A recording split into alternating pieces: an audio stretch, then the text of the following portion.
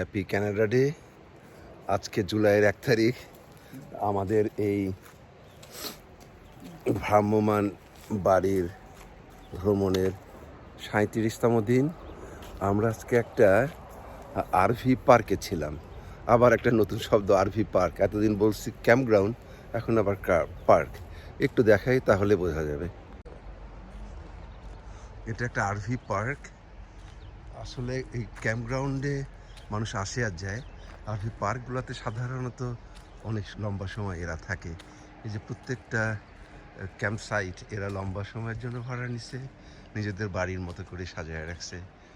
সাধারণত একটু যারা লো ইনকামের লোক তারা এতদিন এইগুলি করতো, কিন্তু এখন আবার হাইলি পেইড লোকও, তারা যেহেতু অনলাইনে কাজ করার সুযোগ এসে গেছে, তারা বছরের পর বছর আরভি নিয়ে বিভিন্ন ক্যাম্পগ্রাউন্ডে থাকে, বেড়ায় আর কাজ করে।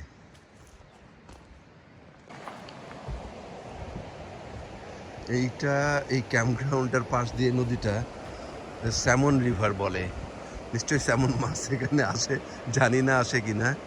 তো এই ক্যাম্পগ্রাউন্ডটা খুবই একটা ভালো স্পট। আসলে বেশিরভাগ ক্যাম্পগ্রাউন্ডই খুব সুন্দর সুন্দর জায়গাতে এরা করে।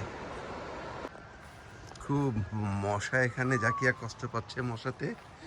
আসলে ক্যাম্পগ্রাউন্ডে থাকাটা খুব ইকোনমিক।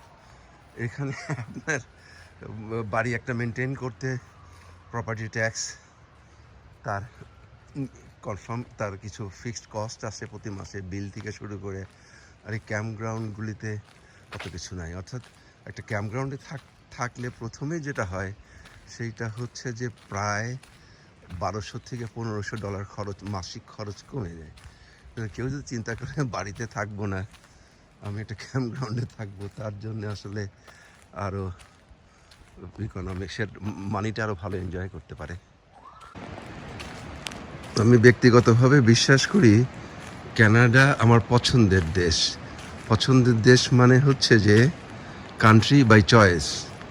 আমরা জন্মগ্রহণ করে একটা দেশের নাগরিকত্ব পাই, সেখানে তার চয়েস থাকে না।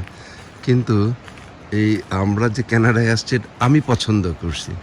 আমাদের কয়েকটা অপশন ছিল, হয়তো অন্য কোনো দেশেও আমরা যে স্থায়ী হতে পারতাম, কিন্তু কানাডা আমরা পছন্দ করে এসেছি। সুতরাং আমি মনে করি যে যারা এখানে বাই বার্থ, তাদের চাইতে আমার অধিকার বেশি। আমাদের নিউ ফাউন্ডল্যান্ড দেখার অভিজ্ঞতাটা খুব ভালো।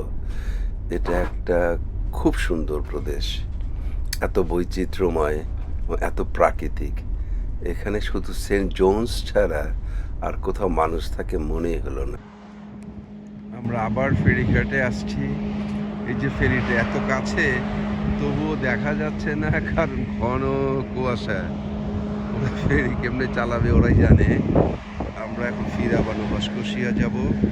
আমাদের আসার সময় অভিজ্ঞতাটা ছিল যেরকমের, বুক না করে এসেছিলাম, তার জন্য আমার একটা খারাপ লাগা ছিল। তো আমি এবার বুক করছি, মানে আমরা ফেরিতে উঠেই ভয় পাইছি যে আচ্ছা উঠলাম তো, এখন ফেরার সময় যদি 15 দিন পর ফেরি পাই, তো সেইটা বুক করার জন্য দেখছি আমরা যে 7-8 তারিখের দিকে, মানে জুলাইয়ের 7-8 তারিখের দিকে খালি ছিল। আর এই ক্যানাডা ডে উপলক্ষে আজকে একটু ভিড় কম। তো আমরা যার জন্যে কি বলে নিউ ফাউন্ডল্যান্ডের ট্রিপটা একটু ছোট করে ফেলছি। তো এখন এই যে আমাদের বুকিং আছে, আমরা এখন কনফিডেন্টলি আবার নোভা স্কোশিয়াতে এসে পড়লাম।